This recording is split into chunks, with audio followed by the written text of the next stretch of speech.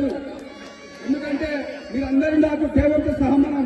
ఎందుకంటే నేను ఒక ఆటో కార్మిక కొడుకును. మరి ఈ రోజున నన్ను ఈ స్టేజ్ తీసుకొచ్చిన కారణం నా గుణసింగారం ఆడపడుతులందరికీ మరి అన్నదమ్ములందరికీ నా యొక్క హృదయపూర్వక నమస్కారం తెలియజేస్తున్నాను.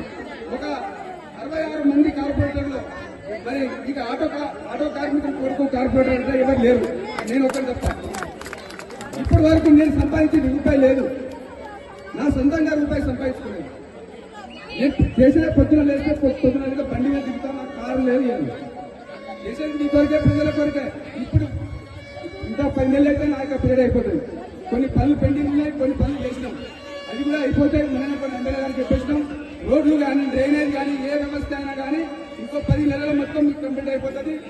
అదేవిధంగా మరి నన్ను ఈ రోజు మరి ఈ స్థాయికి తీసుకొచ్చినటువంటి ప్రతి ఒక్క నాయకులకు, పూర్వంలో మన పెద్ద మనుషులు ఉన్నారు, రెడ్డి నాయక్ గారు, లక్ష్మీరామ్ నాయక్ గారు, మరి వాళ్ళ సర్పంచ్ ఎంపీడీ గారు, దాని తర్వాత మా నాన్నగారు ఉప సర్పంచ్ గారు, మరి నేను వాళ్ళ చేతిలో తిరిగి నుండి ఈ రోజు నా గ్రేటర్ వరంగల్ లో 66 డివిజన్లలో మరి కుల్లర్ సింగారం బాలాజీ బంజారా కాలనీ మరి నుండి ఆటో కార్మిక కొడుకు మరి కార్పొరేటర్ గ్రేటర్ వరంగల్ లో ఎక్కడ చర్చనే లేదు. అది మీతోనే సాధ్యమే. నేను కూడా అనుకోలేదు, నేను వచ్చిన జాబ్ చేసుకుని బతుకోండి. మరి కార్పొరేట్ గా పోటీ చేయాలంటే ఊళ్ళో నుంచి ఎవరు వస్తలేదు. మరి నన్ను అన్నదేతో నన్ను రాజకీయాల్లో తీసుకొచ్చారు.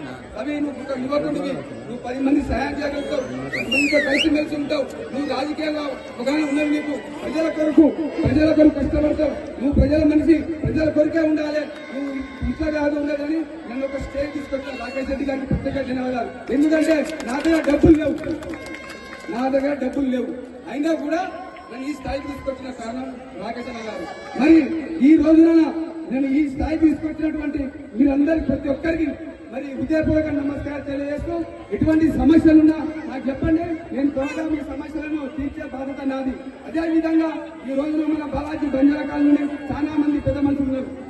మరి వాళ్ళ ఈ యొక్క కార్యక్రమాన్ని నెల రోజుల నుండి మరి అన్ని పనులు ఇచ్చిపెట్టి ఇంతటి యొక్క కార్యక్రమాన్ని ఘన విధంగా చేశారు.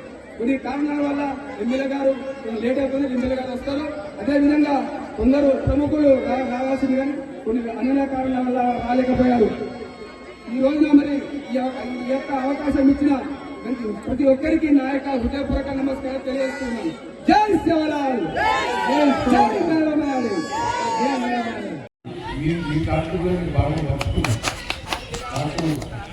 కూడా మీతోటి అనుభవం ఉంటుంది. కేసీఆర్ గారు మన గ్రామ పంచాయతీ చేశారు.